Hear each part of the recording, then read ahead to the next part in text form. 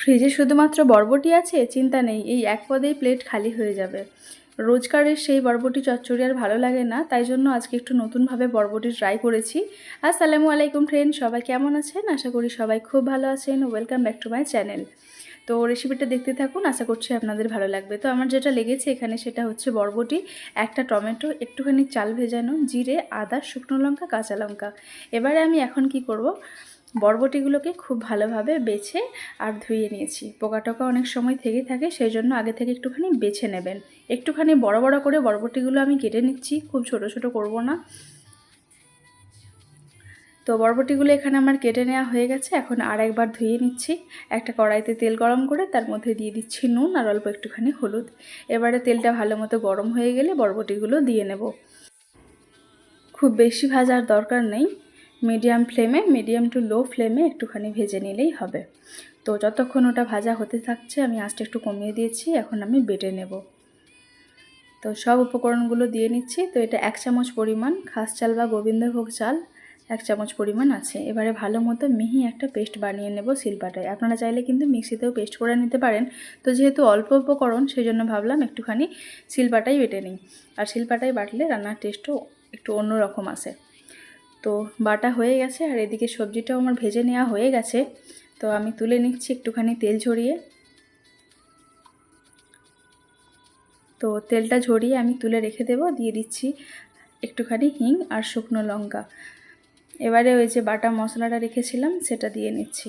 এরপরে আমি দিয়ে দিচ্ছি একটা বড় সাইজের টমেটোকে পেস্ট করে নিয়ে, নুন দিয়ে দিচ্ছি স্বাদ মতো, হলুদ গুঁড়ো, আর ঝালের জন্য যেহেতু শুকনো লঙ্কা কাঁচা লঙ্কা ব্যবহার করেছি তাই এখানে কাশ্মীরি লঙ্কার গুঁড়ো দিয়ে নিলাম।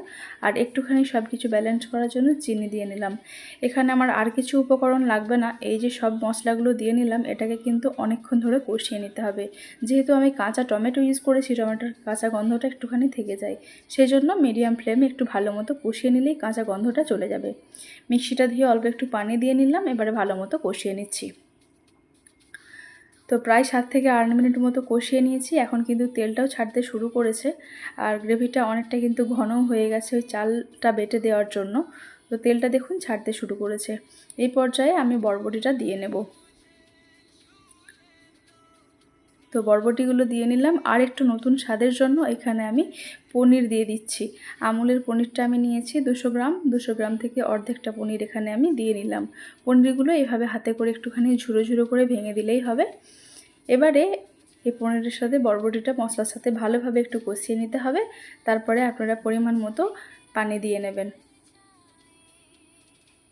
তো এই রেসিপিতে কিন্তু গ্রেভি হবে না, মাখা মাখা একটা টেক্সচার থাকবে, যাতে করে কিন্তু খেতে দুর্দান্ত লাগে।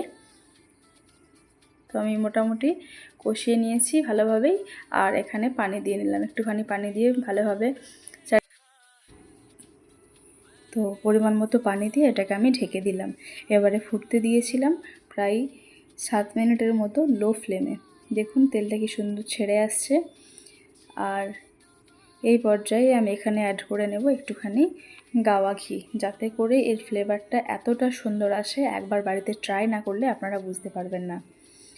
আমি একদম ঘরে বানানো ঘি দিয়ে টেস্ট করে দেখেছি, খুব সুন্দর একটা টেস্ট আসে এই রেসিপিটাতে যদি 1 চামচ গাওয়া ঘি দিয়ে দেওয়া হয়। তো গাওয়া ঘিটা দিয়ে আমি খুব ভালো মতো মিশিয়ে নেব। তারপরে একটুখানি 2 থেকে 3 মিনিটের মধ্যে লো ফ্লেমে রেখে এটাকে আমি ঢেকে রেখে দেব 10 থেকে 15 মিনিটের জন্য। তারপরে সার্ভ করে নেব গরম গরম ভাতের সাথে। দেখুন কতটা লোভনীয় লাগছে, দেখে নিশ্চয়ই বুঝতে পারছেন কতটা দারুণ একটা টেস্ট এসেছিল। তো এই ছিল আমার আজকের রেসিপি। কেমন লাগলো আপনাদের কাছে? যদি ভালো লেগে থাকে অবশ্যই একটা লাইক কমেন্ট শেয়ার করে দেবেন। আর আপনারা জানাবেন পরবর্তী কোন রেসিপি আপনারা দেখতে চান। দেখা হচ্ছে পরবর্তী নতুন একটা ভিডিও নিয়ে। আপনারা ভালো থাকবেন, সুস্থ থাকবেন, সাবধানে থাকবেন। চ্যানেলটা যদি সাবস্ক্রাইব না করে থাকেন অবশ্যই সাবস্ক্রাইব করে নিয়ে পাশে থাকবেন।